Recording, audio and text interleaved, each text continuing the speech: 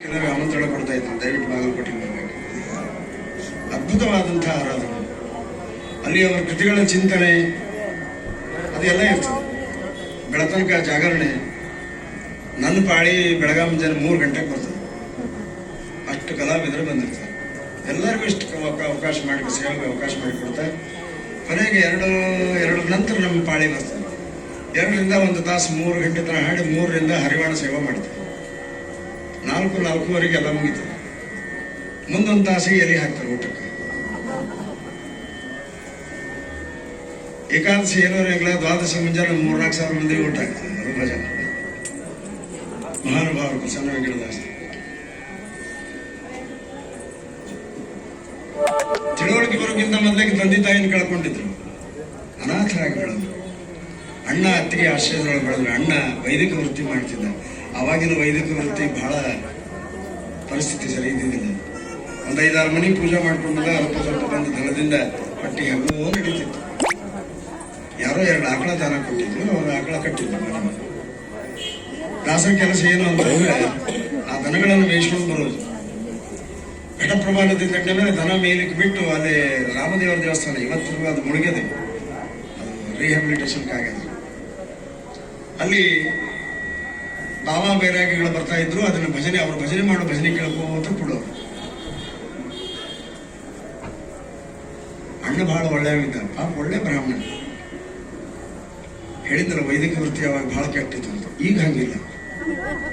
ಈಗಿನ ವೈದಿಕ ವೃತ್ತಿ ಮಾಡೋರು ಯಾವ ಸಾಫ್ಟ್ವೇರ್ ಇಂಜಿನಿಯರ್ಗಿಂತ ಕಮ್ಮಿ ಇಲ್ಲ. 3-4 ಬಿಲ್ಡಿಂಗ್ ಕಟ್ಟಾರ, 2-3 ಕಾರ್ ಇಟ್ಟಾರ. ನಿಜವಾಗಿ ಯಾವ್ದಾರ ಕನ್ಯಾ ಇದ್ರೆ ಅವ್ರಿಗೆ ಕೊಡ್ರಿ, ಆರಾಮಿರ್ತಾವ. No income tax, no sale tax. ಆದ್ರೆ ಅವಾಗಿನ ಪರಿಸ್ಥಿತಿ ಬಹಳ ಕೆಟ್ಟಿತ್ತು. ಒಂದು 10 ಮನೆಗೆ ಪೂಜೆ ಮಾಡಿದಾಗ ₹1 ಸಿಗೋದು. ₹1 ಅವಾಗ ಈಗ ₹1,00,000 ಸಮಾನ. ಅದ್ರ ಹೊಟ್ಟೆ ತುಂಬ ಆರಾಮಿದ್ರು. ಹೊಟ್ಟೆ ತುಂಬ ಊಟ ಮಾಡ್ಕೊಂಡು. ಅಣ್ಣ ಬಹಳ ಒಳ್ಳೆಯವಂತ. ಅತ್ತಿಗೆ ಮಾತ್ರ ಬಹಳ ದುಷ್ಟ. ಅನಾಥ ಹುಡುಗ ಅಂತ ಬೇಕಾದಂಗೆ ತಿಳಿಸ್ತೀವಿ. ಹೆಂಗ ಬೇಕಲ್ಲ, ಇಂಥ ಕೆಲಸ ಇಲ್ಲ ಅನ್ನೋಂಗಿಲ್ಲ, ಅಂಥ ಕೆಲಸ ಮಾಡಿಸಿ. ಹರಕು ಬಟ್ಟಿ, ಹೊಟ್ಟೆ ತುಂಬ ಊಟ ಇರಲಿಲ್ಲ. ಅನಿವಾರ್ಯವಾಗಿ ಅವ್ರ ಮನೆಯಾಗಿತ್ತು. ಒಂದು ದಿವಸ ಭರ್ತಿ ಬಿಸಿಲು. ಉತ್ತರ ಕರ್ನಾಟಕದ ಬಿಸಿಲು ಗೊತ್ತದ ಎಲ್ಲರಿಗೂ. ಅಲ್ಲಿ 2 ಕಾಲ, ಒಂದು ಬೇಸಿಗೆ ಕಾಲ, ಒಂದು ಭಾರಿ ಬೇಸಿಗೆ ಕಾಲ. ಮಧ್ಯಾಹ್ನ 12 ಗಂಟೆಗೆ ದನಗಳನ್ನು ಮೇಯಿಸೋಣ ಅಂತ ಹೇಳಿದ್ರು.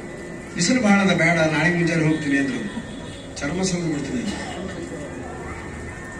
ನಿನ್ನ ಊಟಕ್ಕೆ ಹಾಕೊಂಡು ನಿನ್ನ ನಿನ್ನ ಕೆಳದಿಲ್ಲ, ನಾನು ಹೋಗಬೇಕಂತ ಹಠ ಹಿಡಿದಾಗ ಆಯ್ತು ಒಪ್ಕೊಂಡ್ರು.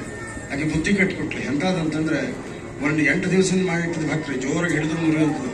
ಮುರಿಲಾದಂಥ ಭಕ್ರಿ ಕೊಟ್ಟದ ಮೇಲೆ ಚಕ್ಕಿ ಪುಡಿ ಹಾಕಿ ತೊಗೊಂಡೋಗತ್ತೆ. ಇವು ಬಹಳ ಬಿರ್ಸುವ, ಹಲ್ಲಿಗೆ ಬರೋದಿಲ್ಲ, ದಯವಿಟ್ಟು ಒಂಚೂರು ಮಜ್ಜಿಗಿದ್ರೆ ಕೊಡ್ರಿ ಅಂತ ಕೇಳಿ ನೆನೆಸ್ಕೊಂಡು ತಿಂತೀನಿ, ಕೊಡ್ರಿ.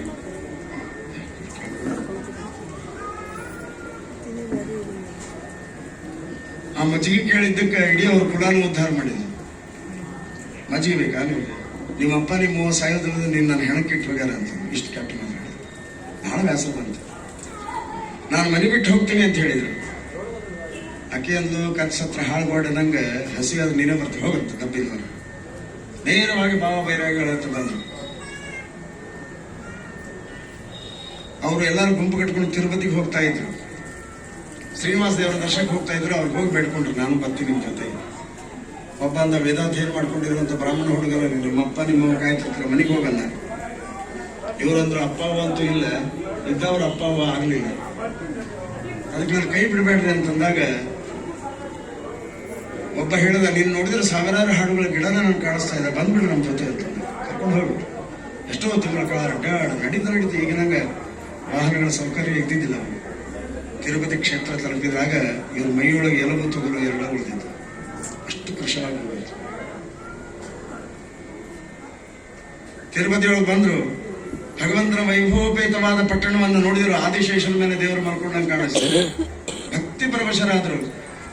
ಭಕ್ತಿ ಪರವಶರಾಗಿ ಆನಂದ ಭಾಷಣ ಸುರಿಸ್ತಾ ಭಗವಂತನಲ್ಲಿ ಕೇಳ್ಕೊಂಡ್ರು, ಈ ಯಾತನಾ ಶರೀರದಿಂದ ನನ್ನ ಮೋಕ್ಷ ಕೊಡು, ಇಲ್ಲ ನನ್ನ ಉದ್ಧಾರ ಮಾಡುವಂತ ಕೆಳಗೆ ಎಚ್ಚರಿದ್ರು. ಇವ್ರ ಜೋಡಿ ಇದ್ದವ್ರ ಮ್ಯಾಲೆ ಹೋಗ್ಬಿಟ್ರು. ಇವರಲ್ಲೇ ಬಿದ್ದುಕೊಂಡಿದ್ದಾರೆ. ಅದೇ ಸುಸಂದರ್ಭ ಇದು.